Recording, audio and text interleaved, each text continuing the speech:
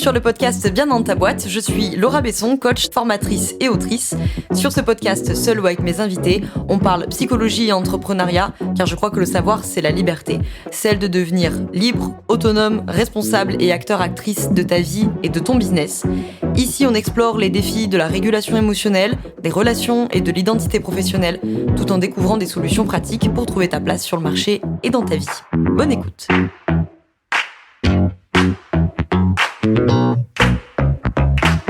Bonjour à toi, bienvenue dans ce nouvel épisode du podcast Bien dans ta boîte. Aujourd'hui, je te retrouve avec le premier épisode du format note de terrain dans les nouveaux formats d'épisodes de Bien dans ta boîte. C'est un format court, en théorie. Le format de note de terrain, c'est vraiment partager une réflexion. J'ai une réflexion pour les pros de l'accompagnement ou pour toutes celles et ceux qui s'intéressent au sujet des pros de l'accompagnement, notamment autour de la question du sentiment d'illégitimité, de manque de confiance.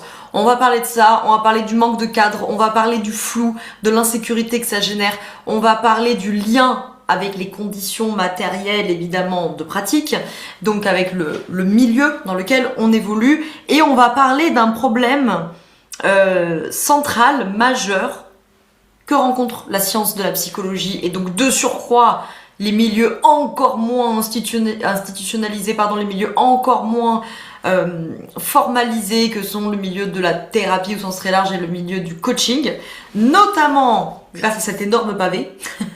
Pour la team YouTube, vous voyez, pour la team podcast, je suis en train de vous montrer un livre qui est énorme, je vais vous le présenter après.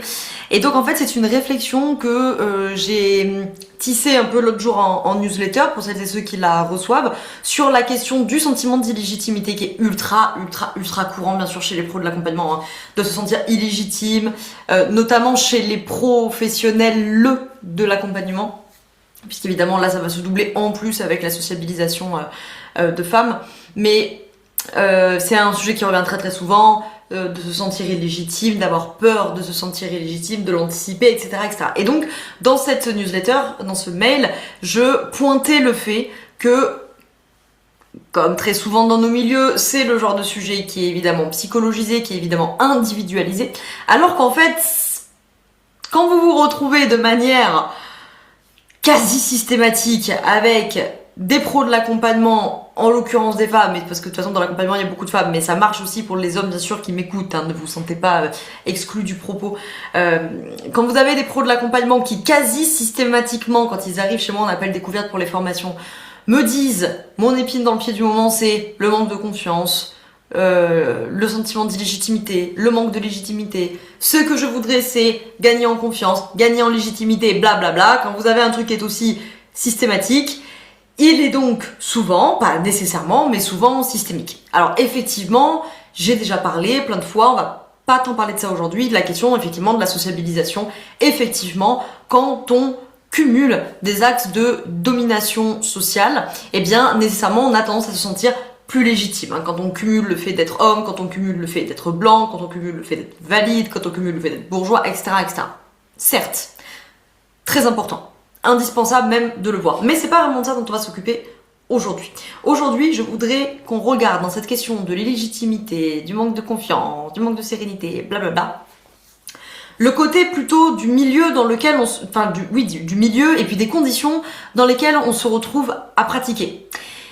Tout ça pour dire que je vais donc essayer de faire court, mais comme vous voyez, c'est quand même une réflexion très importante, très intéressante, que j'ai, qui me trotte dans la tête en ce moment. Et le but de ce format note de terrain, c'est de vous partager des réflexions qui sont pas toujours abouties, qui sont pas toujours, on n'est pas dans le format séminaire où on est sur des réflexions que j'ai déjà beaucoup plus travaillées, que souvent j'ai déjà réfléchi, que j'ai des fois même écrites, produites en article ou quoi que ce soit. Là, note de terrain, on est sur du partage de réflexion. Et donc cette réflexion, elle croise deux choses. Quelque chose que j'ai lu dans l'ouvrage que je vais te présenter. Bon, l'expérience bien entendu, du terrain, les formations, les pros de l'accompagnement que je forme, etc. bien sûr. Et l'arrivée justement de le démarrage bientôt de la promo 11 de la formation à la posture. Puisque du coup, je suis en train de remanier un petit peu cette formation posture. Donc je suis en train de pas de refondre, faut pas abuser, tu vois, mais bon, de réorganiser un petit peu la formation, des modules que j'ai enlevés, des modules que j'ai ajoutés. Là, j'ai la promo 10 qui est en cours, qui est sur la fin. Au moment où je t'enregistre cet épisode, il leur reste que 2 journées de formation, donc comme elles arrivent à peu près sur la fin, tu vois, je vois un peu avec elles, avec les élèves, ce qu'on garde, ce qu'on enlève, repenser le suivi pédagogique, créer un notion de suivi, bref, je suis dans le sujet. Et donc, ça m'a amené à reformuler la contradiction principale, qui n'est pas la seule, mais la contradiction principale que rencontrent mes élèves, et donc à laquelle je dois répondre et à laquelle je me propose de travailler avec eux et avec elles à un endroit de dépassement, n'est-ce pas, pour faire un petit peu de dialectique. Bon. Ma réflexion étant, première partie, la contradiction centrale, c'est-à-dire beaucoup des pros de l'accompagnement que je rencontre, qui viennent se former avec moi, et d'autres bien sûr, veulent bien faire leur travail. Jusque-là, soit.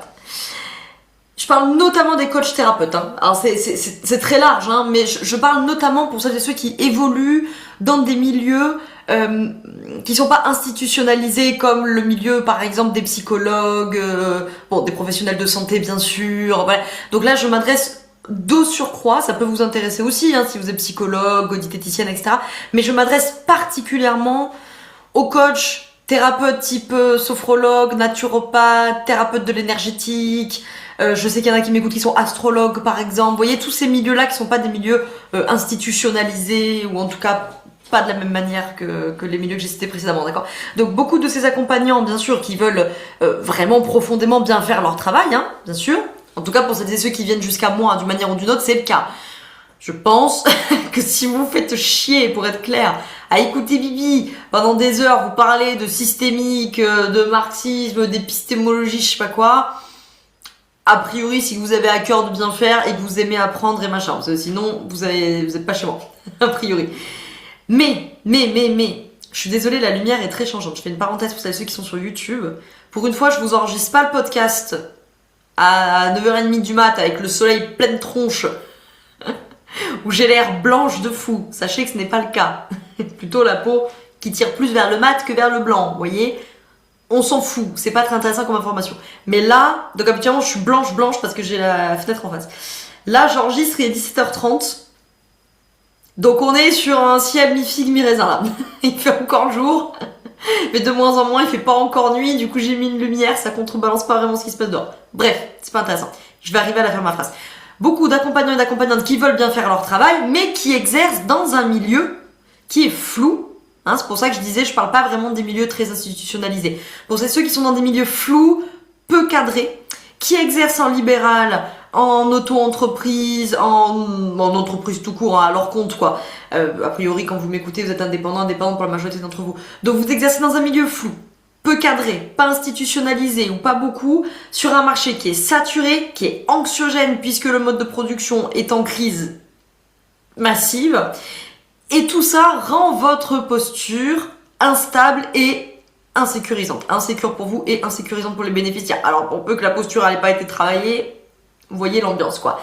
Et donc, je me suis dit, moi, vraiment, donc ça fait déjà plusieurs promotions que ma formation, je me disais, moi, mon travail, c'est pas de promettre de la sérénité, de la légitimité. En fait, ça, c'est des conséquences. C'est ça que j'expliquais dans ma newsletter. C'est que la sérénité, la légitimité, blablabla, sont des sentiments, des ressentis qui découlent d'un cadre solide, qui découle de conditions matérielles sécures et sécurisantes. C'est parce que vous avez une posture ancrée, solide, assise, parce que elle tient sur un cadre solide, ancré, précis, qui délimite le dedans, le dehors, ce qu'on fait pas, ce qu'on permet pas, ce qu'on accompagne, ce qu'on accompagne pas, etc. Et que pour travailler ce cadre, il faut travailler plein d'autres choses, il faut avoir des bases solides. C'est parce qu'on a tout ça que naturellement découle la sérénité et la légitimité. Et donc, le but de ma formation, c'est pas d'axer sur créer de la sérénité, machin, c'est construire un cadre solide et responsable à partir duquel la sécurité pour soi, côté praticien, praticienne, et pour les bénéficiaires, bien entendu, peut émerger. C'est à partir de ce cadre, etc., que ça peut émerger. Vous allez me dire, ah, Bibi, tu me parles de ta formation, machin, de ta réflexion, mais tu m'as parlé d'un livre au début. Oui, parce que donc ça, c'est un truc qui était voilà, cheminement depuis quelques promotions. Donc cette formation, c'est 2 promotions par an. Hein. Donc vous voyez, depuis je dirais 3 promos, à peu près 3-4 promos, d'accord, donc depuis 1 an et demi, 2 ans. Hein, grosso merdo. Que ce truc-là cogite de voir le côté vraiment structurel, en fait, de l'illégitimité, auquel, je le rappelle, hein, se rajoutent, bien entendu, les axes de domination sociaux, hein. Bien sûr. Hein. Ces axes que sont, bien sûr, le patriarcat, le racisme d'État, le validisme, les LGBT-phobies, etc., etc. C'est que, bien entendu, l'illégitimité plutôt, encore une fois, elle tombe pas du ciel, hein, bien entendu. Donc, et encore une fois, comme je disais dans la newsletter, je ne dis pas qu'il n'y a rien d'individuel, bien sûr, pas moi qui vais dire ça. Bien sûr, selon vos constructions du monde, selon vos vécus, selon votre passif, selon les systèmes familiaux dont vous venez, etc. Évidemment, évidemment. Mais souvent, comme d'habitude, on ne voit que le côté individuel et on voit pas le côté systémique de l'affaire. Bon, bref, vous avez compris. Donc j'ai cette réflexion-là, ok, c'est-à-dire mon travail, c'est vraiment que mes élèves, ils travaillent leur posture, le cas, pour que découle de ça la responsabilité, la sécurité et donc la légitimité et l'autorité. Alors l'autorité chez Reynaldo Peron, c'est les 4 piliers de posture de Reynaldo Peron. Les anciens élèves qui écoutent ce podcast, vous les avez bien sûr reconnus, bien sûr. Pour les autres, vous les verrez en formation avec moi si vous venez dans la formation niveau 1, mais l'autorité, la légitimité, la responsabilité, le pouvoir sont les 4 piliers de posture de Reynaldo Peron. Enfin, que Reynaldo Peron définit, qui est un grand maître de la systémique que j'adore. Si vous suivez mon travail, vous savez, je le cite très très souvent, Peron. Je trouve que c'est vraiment un systémicien brillant qui est très très dialecticien. Je ne sais pas si il connaît la dialectique ou si tout ça sont des coïncidences et qu'il s'avère que son travail rentre très bien dans le cadre de la dialectique, mais ça me plaît beaucoup. Enfin, bref. Toujours pas le sujet. Et lui, ce qu'on appelle la légitimité dans le langage courant, c'est ce que lui appelle l'autorité, c'est-à-dire une source auto-générée qui est l'addition, si on peut dire ça comme ça, de l'expérience et des connaissances. Et donc ce sentiment d'autorité, il est autogénéré, qui distingue de la légitimité qui, chez Reynaldo Peron, est plutôt définie par ce qui est fondé en droit, c'est-à-dire la reconnaissance de vos confrères et consoeurs, vos diplômes, vos certifications, etc. Et du coup, on voit bien, en fait, dans cette histoire de légitimité, d'illégitimité, qu'on a beaucoup ça, de courir tout le temps des formations pour acquérir des outils, parce que avec un outil, on n'a pas assez, donc on en veut 2, on en veut 5, on en veut 10, parce qu'on se dit que plus on a accumulé d'outils, de certifications, de diplômes, de machin, plus on a l'air légitime. Ce qui d'ailleurs, souvent, je le rappelle, fait plutôt l'effet inverse, hein. Je me permets de le rappeler, c'est qu'à l'inverse, un praticienne qui est formé à tout, entre guillemets, ça inspire moyen confiance. Vous voyez ce que je veux dire, hein? C'est le côté, oui, moi je connais tout, je sais tout faire, mais pourquoi ça vous donne pas confiance? Parce que le cadre est pas clair. Encore une fois, ce qui sont peut-être de très bons praticiennes au demeurant, mais ça donne pas toujours confiance. Bref, donc j'avais cette réflexion-là en tête. Sur ces entrefaits, mon cher mari m'offre un cadeau de Noël, il est gentil, et d'un livre que je voulais depuis un moment. Je vous le montre pour la team YouTube, je le commente pour la team podcast. Lucien Sève, qui a écrit, dont on a, compilé le travail, les écrits dans cet énorme livre. C'est les éditions sociales, hein, je dis pas de bêtises, oui. Les éditions sociales qui éditent cet ouvrage-là, qui est énorme, hein. Vous voyez, la team YouTube, là, il fait 1400 pages. 1400 pages sur un format, c'est pas un format poche, hein. C'est un grand format pour ceux qui sont en podcast. C'est un énorme pavé qui s'appelle Personnalité, individualité et biographie, un parcours marxiste en psychologie. Il fait son petit prix, d'accord, d'où le fait qu'il m'était offert en cadeau, fait une 60aine d'euros, je crois. Il les vaut, hein, c'est pas le problème, hein, c'est brillantissime, mais je précise d'avance, voilà, c'est un petit budget bouquin. Bon, bref, peu importe. C'est un petit investissement financier, c'est un petit investissement de temps et de cerveau parce que c'est un pavé. Bon, bref. Évidemment, le gars est un philosophe marxiste. Il a consacré sa vie à s'intéresser, à faire le lien entre ça et la psycho. Je découvre le gars, je dis le gars, son travail il est pour moi. Voilà. Nota bene, c'est une bonne partie de son travail qui sert de socle et d'alimentation à ma formation de niveau 3. La formation de niveau 3 qui sert à introduire la question de la dialectique. Enfin, plus qu'à l'introduire, à travailler, parce qu'on l'a introduit avant, la question de la dialectique. En niveau 1, en niveau 0, vous faites l'esprit critique, en niveau 1, vous faites la posture, en niveau 2, vous faites la systémie, et en niveau 3, vous faites la dialectique. Parenthèse fermée. Et donc, Je vais vous lire un petit passage, puisque du coup, en me plongeant dans la lecture de Lucien Sève, je lis une réflexion, et là je me dis, mais dis donc, il y a peut-être un lien avec ma réflexion à moi. Alors, mamie met ses lunettes, hein, excusez, voilà.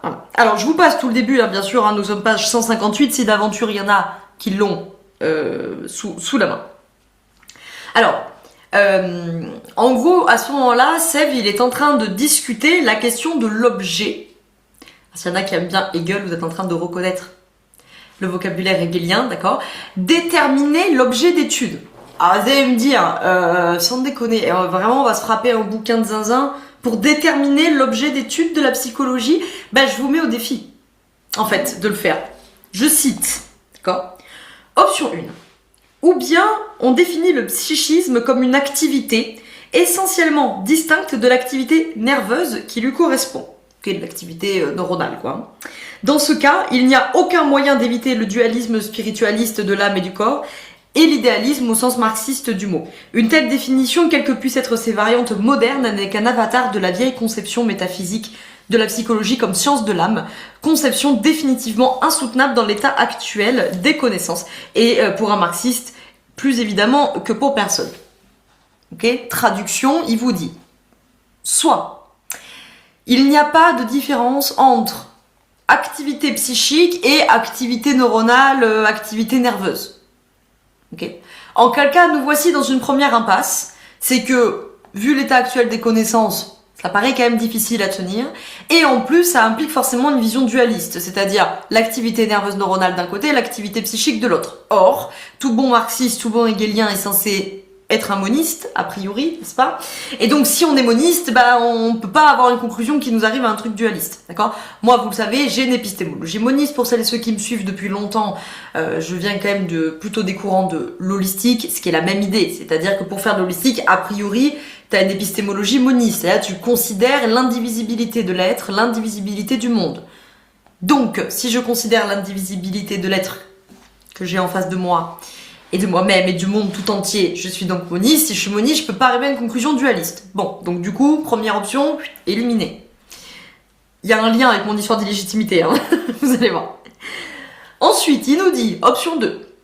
Ou bien on définit au contraire le psychisme comme une activité qui n'est en fait pas autre chose que l'activité nerveuse. Dans ce cas, il n'y a aucun moyen d'éviter la volatilisation de la psychologie au profit des sciences biologiques. Dans le meilleur des cas, il s'agira d'une volatilisation à terme, laissant provisoirement une psychologie sans statut assignable vagabonder sur les jachères, c'est très dur à dire, de la science matérialiste future. La physiologie, dira-t-on par exemple, n'est pas en état pour le moment d'aborder sur son terrain certains aspects très complexes du psychisme, ce qui donne du sursis au bricolage psychologique. Mais inexorablement viendra l'heure du complet investissement de l'étude du psychisme humain par la vraie psychologie matérialiste, c'est écrit en italique, c'est-à-dire la neurophysiologie de l'activité psychique. Certains interprètes du pavlovisme ont soutenu dans le passé ce point de vue liquidateur à l'égard de toute psychologie entendue comme science foncièrement autonome par rapport à la physiologie nerveuse. Les mécomptes auxquels ce physiologisme a conduit, sa stérilité au point de vue psychologique, le tort qu'il a causé en fin de compte au matérialisme lui-même, tous ces inconvénients sont tels qu'il est permis de douter qu'il trouve aujourd'hui des adeptes parmi les gens informés et qui pensent. Bon, traduction, parce que peut-être là vous êtes en train de vous dire oh là là, qu'est-ce que c'est que cette histoire. Donc, il vous dit, option 1, on distingue l'un de l'autre. On arrive à une impasse. Je l'expliquais avant, je refais pas. Option 2, on distingue pas. On dit, c'est la même chose. En quel cas, si c'est la même chose, pourquoi avoir deux sciences? Pourquoi avoir deux disciplines, si c'est la même chose? Impasse. Hein, il vous le dit à la fin. Il vous dit, où est-ce que c'est cette affaire-là? Les mécomptes auquel ce physiologisme a conduit, sa stérilité du point de vue psychologique, le tort qu'il a causé en fin de compte au matérialisme lui-même, tous ces inconvénients sont tels qu'il est permis de douter qu'il trouve aujourd'hui des adeptes parmi les gens informés et qui pensent. Voilà, donc il vous dit ce truc-là mène à rien. Bon, on va peut-être vous dire, ah, putain, on est dans un pétrin là. Troisième option, qui est une impasse aussi, hein, vous allez voir. Hein. Il ne reste alors plus qu'une seule issue. C'est tout en affirmant l'unité du psychologique et du physiologique, du subjectif et de l'objectif, blablabla, hein, de soutenir que psychologie et neurophysiologie n'en sont pas moins des sciences distinctes à titre définitif parce qu'elles étudient un objet unique sous des angles différents. Voilà. Et là, vous pourrez vous dire, ah ben voilà, c'est bon, me casse pas la tête avec ton truc là, on a trouvé une solution. Non, je vous le dis d'avance, d'accord? On pourrait se dire, bah en fait voilà, il y a les deux, il y a effectivement deux sciences distinctes, mais en fait elles étudient, oh là là, ils ont fait un effort, le même objet, mais avec deux angles différents. Et on pourrait avoir fait un grand pas vers la solution. Mais, il nous dit, le dilemme précédent se représente dans des termes qui n'ont pas été modifiés de façon radicale pour avoir été déplacés. Cette différence d'angle est-elle différence subjective des points de vue pris sur un objet purement un, ou au contraire différence fondée sur une distinction réelle au sein de cet objet? Dans le premier cas, de quelque façon qu'on s'y prenne, il sera impossible de justifier l'existence définitive de la psychologie comme science distincte de la neurophysiologie. La seule science concevable d'un objet un et exclusivement un est elle-même une science une. En gros, il est en train de vous dire, à ce moment-là, faisons qu'une science, donc retour case départ, hein, d'accord. À une étude psychologique oh là là, j'arrive plus à parler, enfermée par définition dans les limites d'un point de vue du parcellaire, je vous passe l'affaire, c'est un peu long. Tac, tac, tac, tac, tac, tac. Dans l'hypothèse envisagée de la réalité effective, en quoi consiste l'activité psychique, on préférera nécessairement et on s'efforcera de substituer une étude universitaire complète qui sache ne faire abstraction d'aucun des deux. Bon, bref. Vous avez compris l'idée. Morale de l'affaire. Il est en train de vous dire, soit vie psychique et activité neuronale nerveuse sont deux choses différentes, distinctes. En quel cas, nous sommes dans une impasse, parce qu'ici nous sommes monistes. Donc arriver à un truc dualiste, ça ne nous convient pas. Et en plus, ça paraît un peu compliqué à tenir sans trembler des genoux, cette affaire-là quand même, hein. D'accord ? Psychologie, hein, je vous rappelle, hein. Étymologiquement, psychos logos, l'étude de la vie psychique. Qu'est-ce qu'est la vie psychique ? Vaste débat. C'est de ça dont il est en train de vous parler, Lucien Sève, hein. Option 2, il vous dit, bah en fait, c'est pas distinct, c'est la même chose. Bon, bah si c'est la même chose, pourquoi avoir de science ? Ah, et en même temps, on voit bien, en le disant qu'on est en kikiné, de dire qu'on fait qu'une science de la biologie, de la physiologie. Hein ? Bon, on voit bien qu'on est en kikiné. Bon, alors après, il nous dit, bah sinon, il y a une autre option, c'est de dire qu'en fait, les deux étudient le même objet, mais avec deux angles différents. Mais de nouveau, nous avons le même problème. Parce que à ce moment-là, si elles étudient le même objet, on devrait avoir un rassemblement des disciplines. Si elles étudient pas le même objet, et ben du coup, retour casse départ. Donc c'est là que les Romains s'empoignèrent. Nous voilà bien dans le kikiné avec cette affaire. Et donc en fait, pourquoi je vous raconte tout ça ? Parce que vous êtes en train de me dire, qu'est-ce qu'elle veut la dame là ? Pourquoi elle nous raconte tout ça ? Ben en fait, je vous raconte tout ça parce que la psychologie, la science, en tant que science, hein, la science de la psychologie, aujourd'hui, n'est pas capable de déterminer son objet d'étude. Quand on dit ça, on veut dire l'objet n'est pas déterminé. Ce qui n'est pas, si vous voulez, une critique gravissime, c'est une science. Je le rappelle, je le dis tout le temps en formation. La journée 1 du niveau 1, je le dis tout le temps quand on fait l'histoire de la psycho, en psychologie, on est tous d'accord sur rien. Ce qui n'est pas étonnant, c'est une science qui est très jeune, universitairement parlant, c'est très difficile de parler ce soir. Hein. Donc évidemment, c'est une science adolescente, si je pourrais dire ça comme ça, et donc nécessairement, il y a plein de choses qui sont pas déterminées. Après, là, on est même au stade où l'objet même d'étude n'est pas un objet déterminé. Hein. Il le dit un petit peu plus loin, page 165, pour celles et ceux qui ont l'ouvrage avec eux. Incertaine de ces définitions et de ces méthodes, la psychologie de la personnalité ne possède guère non plus de vrais concepts de base. Comment d'ailleurs une science pourrait-elle poser concrètement ces concepts de base sans avoir une connaissance exacte de la nature essentielle de son objet ?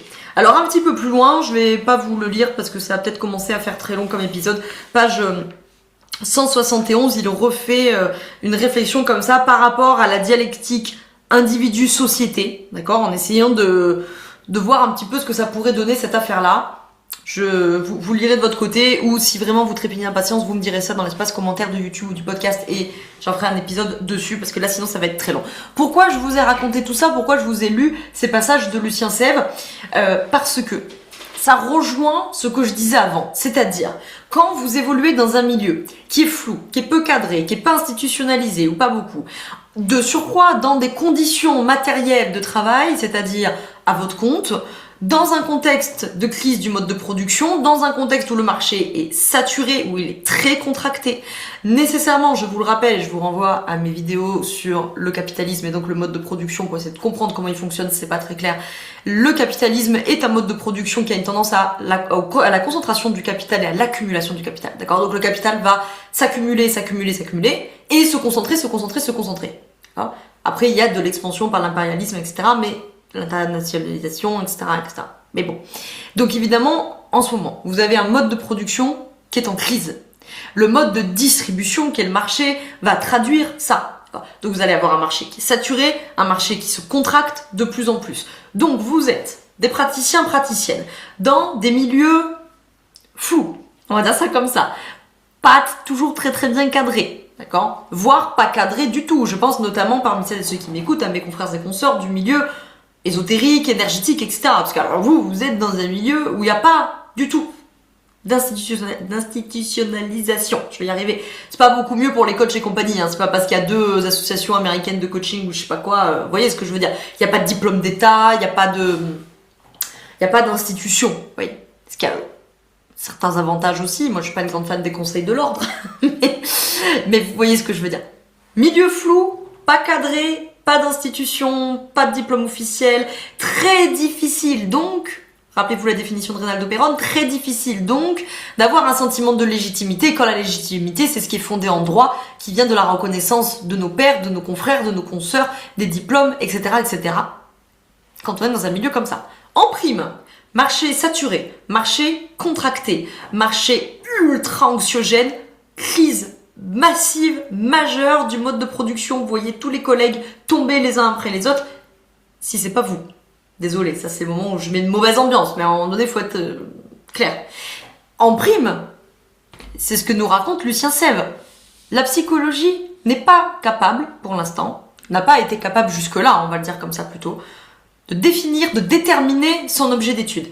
Elle n'a pas de concept de base. Quand on dit elle n'a pas de concept de base, ça ne veut pas dire il n'y en a pas du tout. C'est-à-dire, elle ne peut pas définir des concepts de base qui soient communs à tous les référentiels de psycho, puisqu'elle ne peut même pas déjà déterminer son objet d'étude. D'accord ? Donc, d'un point de vue de la didactique des sciences, on n'a pas de concept de base sur lesquels nous sommes tous d'accord. D'accord ? Il y a des concepts qui sont utilisés de manière transréférentielle, d'accord ? C'est-à-dire que dans les différents référentiels de psycho, psychanalyse, psychodynamique, TCC, systémie, humanisme, vous allez retrouver des concepts, les besoins, la motivation, etc. Mais ils sont pas tous définis pareil partout. Il y en a qui sont plus ou moins d'accord, il y en a qui sont vraiment pas d'accord. Bon, comment voulez-vous avoir un sentiment de légitimité massif quand vous cumulez milieu flou pas institutionnalisé, marché contracté, saturé, en crise, anxiogène, un objet d'étude pas déterminé, des concepts de base qui sont pas clairs, et encore là je parle de la psycho, hein. Alors imaginez pour celles et ceux parmi vous, comme moi d'ailleurs, qui sont pas psychologues ou psychiatres, et que vous êtes thérapeute, coach, machin, avec encore moins d'institutionnalisation et compagnie. Oui. Pour peu que tu rajoutes des critères de domination sociale qui contribuent au sentiment d'illégitimité, qui le créent, qui l'alimentent, qui le structurent, le patriarcat, le racisme d'État, le validisme, l'LGBT-phobie, etc., j'en passe des meilleurs. Et après, vous avez ce résultat-là et tu vas te sentir illégitime. On va venir te dire oui, mais ça dit parce que c'est ton mindset. Non, s'il vous plaît, soyez sérieux. À un moment donné, il faut travailler 2 minutes avant de dire ça aux gens. Là, je veux dire, je pense que je vous ai quand même fait démonstration que ce n'est pas qu'une affaire. Ah, encore une fois, évidemment, que si en plus par-dessus ou par-dessous, je sais pas comment il faut voir les choses, tu as évolué dans un système familial où on n'a pas nourri ton besoin de reconnaissance, d'encouragement, de soutien. Pire, t'as grandi avec des figures d'attachement qui étaient même disqualificatoires, tu vois. Évidemment, si tu as une construction du monde qui dit je suis pas professionnelle, je suis pas compétente, je suis pas à la hauteur, je suis pas suffisante, mais évidemment qu'il y a une part d'individuel, bien sûr. Mais encore une fois, là, j'en avais déjà parlé dans un épisode précédent, savoir essayer de distinguer dans ce que tu vis ce qui relève purement du social et ce qui relève purement de l'individu est une question à la con. Voilà, pardon, je veux pas être désagréable, mais c'est une question stupide parce qu'elle ne peut amener qu'à une réponse stupide. Il n'y a pas de moment dans ta vie où tu es un être social et plus un individu du tout. Et puis il n'y a pas de moment où tu es individu sans social. Ça n'a aucun sens. Tu es toujours un individu avec une agentivité d'individu qui est imprégné du social. C'est toujours les deux en même temps. Ça n'a pas de sens de dire ah ben non, là dans cette situation il y a 20% d'individus, 80% de social ou je ne sais quoi. Enfin bon bref, je digresse, faut pas me laisser digresser. Vous me laissez pas digresser puisque vous m'écoutez plus tard, mais c'est pas grave. C'est ma manière de me déresponsabiliser, de me mettre en position victimaire, mais toute seule, sans interlocuteur en face. Bon, alors voilà, je pense que vous avez compris où je voulais en venir. La question de travailler la partie, on va dire, individuelle, c'est-à-dire vos constructions du monde, votre rapport à la réussite, à l'échec, etc. Est-ce que tout ça est important ? Oui, indubitablement. De surcroît, parce que c'est là que vous avez de l'agentivité, c'est là que vous avez du pouvoir. En revanche, pensez que c'est suffisant. Pensez que c'est, comment dirais-je, que ça va suffire, enfin j'ai déjà dit suffisant, mais que c'est exhaustif. Voilà, je trouvais plus le mot. C'est une erreur, il me semble, pour toutes les raisons que je viens de vous évoquer. Aussi, ces réflexions-là sur la didactique des sciences, de la philosophie, de la psychologie sont tout à fait intéressantes. Genre, si ça vous intéresse, l'occasion d'en faire d'autres épisodes, notamment au fur et à mesure de l'avancée de ma lecture de Lucien Sèvres. Mais du coup, évidemment qu'il y a plein de choses à faire individuellement, parce que c'est là que vous avez de l'agentivité, parce que c'est là que vous avez du pouvoir de transformation. Évidemment que vous devez travailler vos postures, évidemment que vous devez travailler vos cadres d'intervention, puisque comme je vous l'ai dit au début, c'est de ça, c'est le minimum syndical pour que découle la sécurité, la sérénité, la légitimité, blablabla. Vous n'allez pas, je vous le dis, je l'ai dit en newsletter, je le dis ici clairement, vous n'allez jamais régler un problème d'illégitimité en faisant des tonnes d'exercices de coaching à la con, du type lister les 15 situations dans lesquelles je me suis sentie légitime dernièrement, citer les 5 manières que j'ai de me sentir plus légitime. Ça ne sert à rien. Ça peut vous faire du bien. Si ça vous fait du bien, faites-le. C'est gratuit. Mais enfin, si vous avez payé un coaching, c'est pas gratuit. Vous voyez ce que je veux dire. Pourquoi pas? C'est renarcissisant, si vous voulez. Par contre, 1, ça ne va rien changer. 2, vous faites du même à l'envers. Si vous avez une construction du monde du type « je suis incompétente », passez votre temps à faire des exercices pour dire « je suis super compétente, dans cette situation j'étais compétente, là j'ai été compétente, quand je me sens compétente, je me sens bien ». Ce n'est que faire du même à l'envers. Vous êtes sur la même dialectique, vous êtes sur le même continuum de votre construction du monde incompétence. Que vous vous sentiez très très très incompétente ou que vous vous sentiez très très très compétente, vous n'avez jamais dépassé cette contradiction et cette dialectique. Bon, ça c'est un autre sujet, et je le dis aussi aux pros de l'accompagnement qui m'écoutent, arrêtez de faire ça à vos bénéficiaires. Lisez Reynaldo Peron, c'est faire des changements de niveau 1. Ces changements de niveau 1 sont les mêmes réponses apportées aux mêmes problèmes, ou les mêmes réponses apportées à des problèmes différents, mais par définition sont des réponses qui appartiennent au même répertoire comportemental, au même répertoire de réponses déjà existants. Par définition, ça n'a pas marché jusqu'ici, ça va pas se mettre à marcher d'un coup, d'accord? Donc c'est pas ça qu'il faut faire dans ce genre de situation. Enfin bon bref, ça c'était une petite digression. Donc c'est ça que je voulais vous apporter pour aujourd'hui, cette réflexion sur la question de la sérénité, de l'illégitimité, de la confiance, etc. Ça ne sort pas de nulle part, ça vient aussi en bonne partie des milieux dans lesquels vous pratiquez, qui sont plus ou moins institutionnalisés, plus ou moins flous, plus ou moins cadrés. Nécessairement, quand il n'y a pas de cadre, il n'y a pas de limite. Quand il n'y a pas de limite, il y a insécurité. Il y a insécurité pour vous, et surtout il y a insécurité pour vos bénéficiaires, donc quand même vous êtes garant. Et ça fait partie des piliers de posture de Reynaldo Peron. La responsabilité, c'est se porter garant quand même. Donc vous êtes garant à minima de leur sécurité. Et donc quand il n'y a pas de cadre, il n'y a pas de cadre, il n'y a pas de limite. Et quand il n'y a pas de limite, il n'y a pas de place. Rappelez-vous, c'est le petit bonhomme que je fais au tableau, là, pour celles et ceux qui ont l'habitude de me suivre soit en formation, soit en masterclass ou quoi. Quand je fais le petit bonhomme au tableau et que je fais un cercle autour de ce petit bonhomme, d'accord? Ce cercle, il définit, c'est les limites, d'accord? C'est ça, le cadre, Il définit le dedans du dehors, ou le territoire psychique pour la partie individuelle. Il définit le dedans, le dehors, ce qui est permis, ce qui est pas permis, ce qu'on fait pas, ce qu'on accompagne pas, etc., d'accord? Donc, une fois qu'on a ce petit bonhomme dans son cercle, il est donc à sa place. C'est les limites qui permettent de définir la place. Pas de cadre, pas de limite, pas de limite, pas de place. Pas de place, anxiété. Forcément. Donc illégitimité, donc manque de confiance, donc manque de sérénité. Donc il faut travailler ça à tout prix. La posture, le cadre, blablabla, je vous casse les pieds avec ça tout le temps. Je sais, je radote, mais c'est de ça, cette posture, ce cadre, la responsabilité, blablabla, que découle la sécurité, encore une fois pour toi et bien sûr pour les bénéficiaires, hein, parce que sinon ce sentiment d'insécurité se diffuse. Et en plus les bénéficiaires, la plupart du temps quand ils viennent te voir, ils sont dans une situation d'insécurité d'une manière ou d'une autre. La plupart du temps, c'est pas toujours le cas, mais... Et donc il faut vraiment travailler toutes ces bases matérielles hein, de la sécurité, et ça vient aussi en partie du fait, comme je l'ai dit, comme je l'ai transmis de Lucien Sèvres, puisque c'est pas moi qui le dis, c'est la réflexion à lui. Quand vous êtes de surcroît en train d'évoluer dans une didactique de sciences qui n'a pas réussi jusque-là encore à déterminer son objet d'étude, imaginez si vous êtes, voyez, dans des milieux encore moins déterminés, quoi. Je veux dire, la vérité, c'est ça. C'est qu'en fait, on ne sait pas encore ce qu'on étudie. Donc forcément que ça va aggraver le sentiment de flou, de manque de cadre, etc. Donc c'est très très très important de le travailler de votre côté pour qu'on mette le plus de cadre et de sécurité possible. Parce que déjà, vous êtes dans un milieu qui n'en a pas. Donc qui n'en a pas beaucoup. Bon, je pense que vous avez compris le propos. Je ne sais pas combien de temps j'ai parlé. Il est évident que cet épisode n'a pas du tout duré 10 minutes. C'est pas grave. Je m'étais dit, les notes de terrain, ça va être plutôt court parce que je viens, je partage mon truc et je me casse.